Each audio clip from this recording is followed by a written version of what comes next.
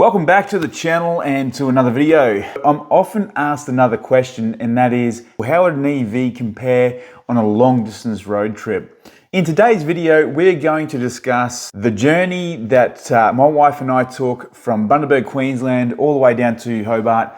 And that was a 6,500 or a 4,100 mile trip. You know, as we make our way down the east coast of Australia, we'll be stopping at a range of electric vehicle charging stations, and these will include Chargefox, Evie, BP Pulse. There'll also be some Tesla Superchargers, although this trip I'm wanting to try to avoid the Superchargers as much as possible.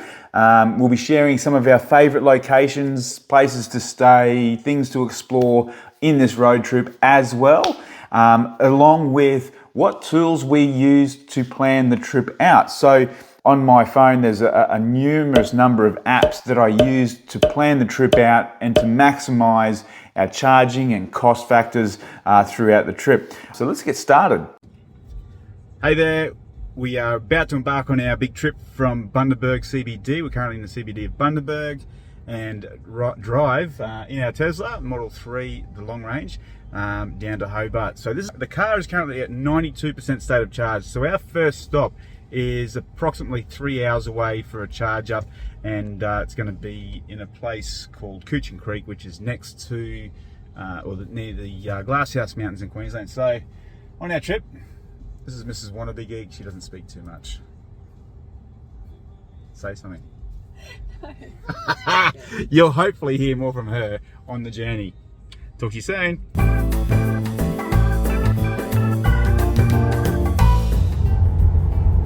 Howdy, back again. We've done a couple of 207 kilometres so far into the trip and down to 49% state of charge.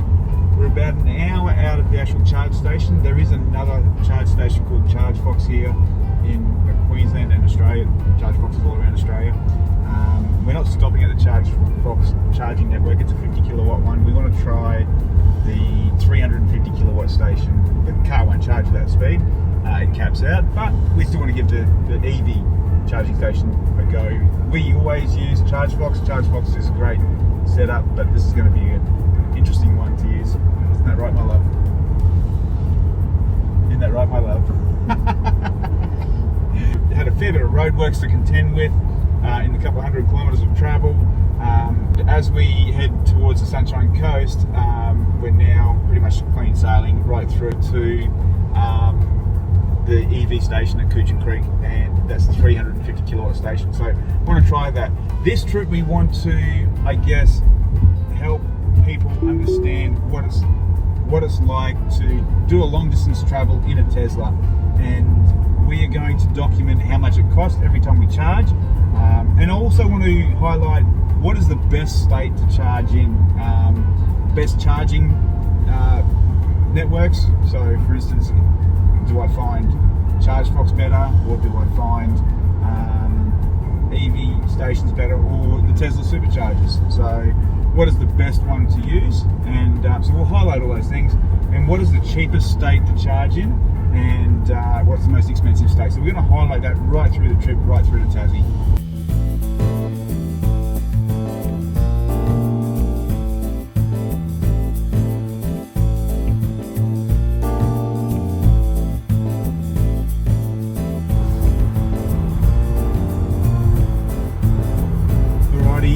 Done the first charge, so we stopped at Kuching Creek. It was bucketing down rain, as you can see by some of the footage there. We didn't get any footage there, so sorry about that. We charged to 96%. We're now headed to Southport Nerang, where we're going to do the next charge, and we'll charge again to 100% before we head to the national park. So heading to the national park, going to set up camp for the night, go for a hike in the morning before we head off to the next destination. But so far, there's no reason not to love doing road trips in an EV. All I can say is absolutely bloody amazing.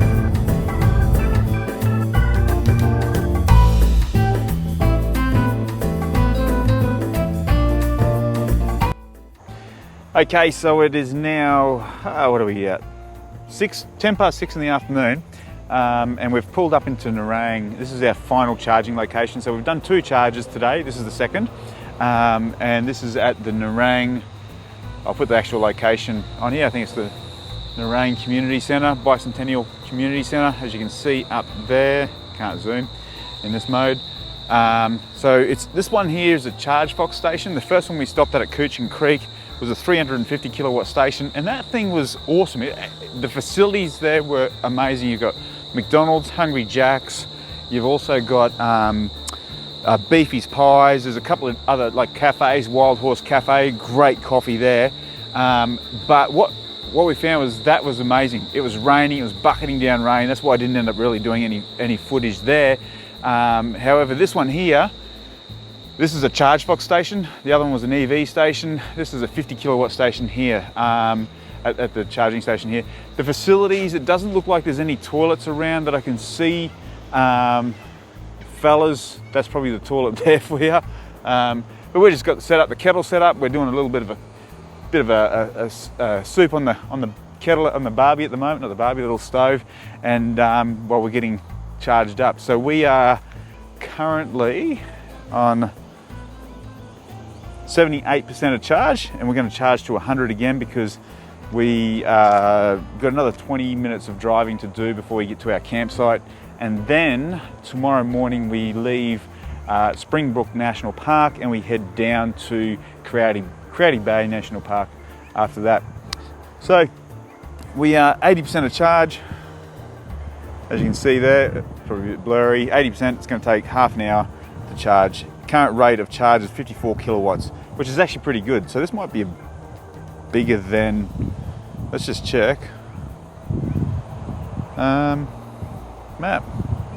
So it's 30 cents per kilowatt hour to charge, and this is a 50 kilowatt charging station. 75 kilowatt charging station. So great speed. I'm happy with that. Anyway, thanks for stopping by. We'll see you in the next part of this video.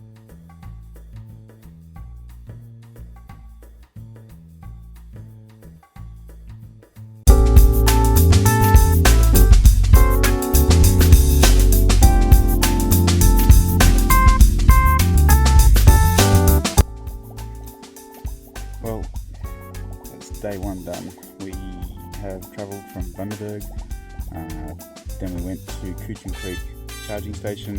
Yeah, that was close to 300 kilometres, and then we went to Nerang.